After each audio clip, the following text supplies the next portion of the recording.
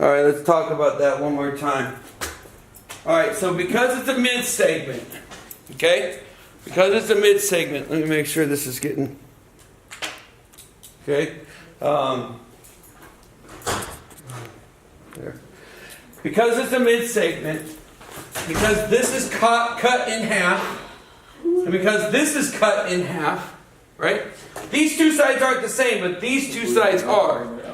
The other thing about a mid-segment is that these two sides are both parallel and the same size. So when we cut... What's a mid-segment? A mid-segment is when you cut this side in half of the triangle, and you cut this side in half of the triangle, and you make a line from the half to the other half. Okay? From the midpoint to the other midpoint.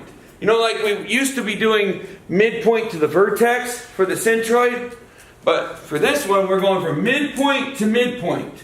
Okay? And that creates what's called a mid-segment, right? Because it takes two midpoints and creates a segment. Now that segment is parallel to the other side of the triangle. Okay? And not only is it parallel to the other side of the triangle, it is the same size as that mid-segment. Okay? As that segment is. Okay? So it creates what's called a parallelogram. Now, since these two sides are the same, then they'll both be 19. So it's 19, 19, and 19. Right? If these are both 19, then it's 38 for the whole piece.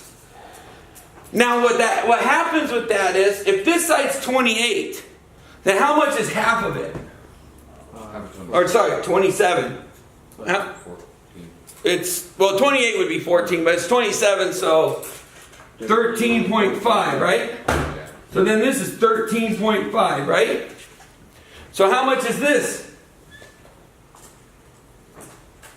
13.5. That's right. It's that easy. Okay? It's pretty simple, right? Okay? Now here's the other thing. Here's the other thing. Since these are parallel, alternate interior angles are congruent, right? So we have three things that are congruent. Alternate interior angles, alternate exterior angles, and what else? Very good. Corresponding angles. Right? If we remember, and then we have those two supplementary, right? Same side interior, same side exterior. And those angles, right? These are all supplementary angles, or they add to be 180. Okay? So when I look at these two, right? I know that those, because these are parallel, I know that these are congruent because they're alternating interior angles. So this has to be 55 degrees. Okay? Now, the other thing that I know is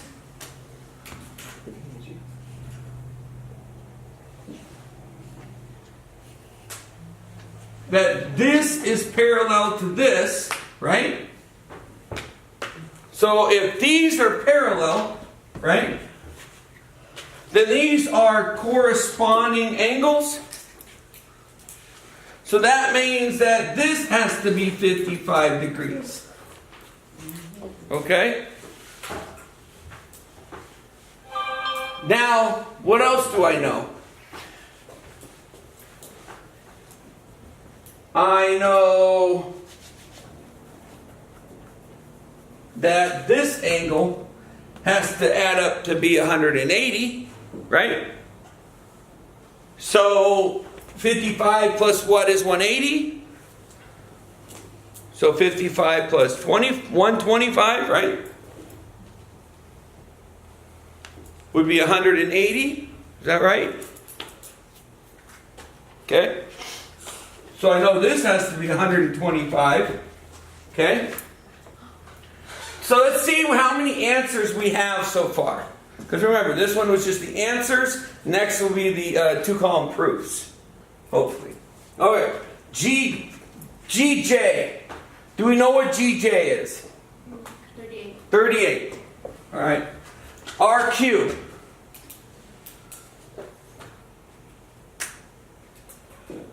Oh, yeah. We know what that is. 13.5. 13.5. RJ. 19. 19. Okay. PQR. PQR. Oh, 55. 55. HGJ. HGJ. This guy. 55. And GPQ. So GPQ. Ooh. H. We didn't find this one yet. Oh, yeah. But how much is it? 180.